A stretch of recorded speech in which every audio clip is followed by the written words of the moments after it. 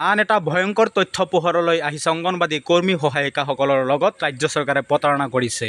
নতুনকৈ নিযুক্তি পোৱা গোৱালপাৰা জিলাৰ সহায়িকাসকলে আজি 5 মাহ হ'ল পোৱা নাই দৰমহা। বিনা বেতনে অংগনবাদী কেন্দ্ৰসমূহত কৰ্মৰত হৈ আছে এইসকল নতুনকৈ নিযুক্তি পোৱা সহায়িকাসকলে। এটা গুৰুত্বপূৰ্ণ খবৰ লৈ আনিছোঁ, যিটো সময়ত ৰাজ্য চৰকাৰে অৰুণোদয় আঁচনি নামত প্ৰতি মাহৰ 10 তাৰিখৰ ভিতৰত মহিলাসকলৰ একাউণ্টত 1250 টকা প্ৰদান কৰে। সেই সময়ত বিনা বেতনে ৰাজ্যৰ অংগনবাদী সহায়িকাসকলে কেন্দ্ৰসমূহত কৰ্মৰত হৈ আছে।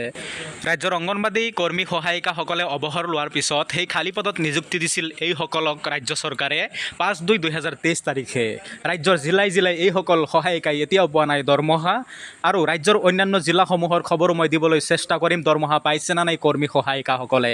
অংগনবাদী কৰ্মী সহায়িকা মিনি কৰ্মীসকলৰ যিকোনো জ্বলন্ত সমস্যা বা দৰমহাৰ ক্ষেত্ৰত যদি আপোনালোকৰ কিবা সমস্যা আছে, এই ভিডিঅ'টোৰ জৰিয়তে আপোনালোকক অনুৰোধ জনাইছোঁ, আপোনালোকে আমালৈ প্ৰেৰণ কৰিব পাৰিব এই হোৱাটছআপ নম্বৰটোত।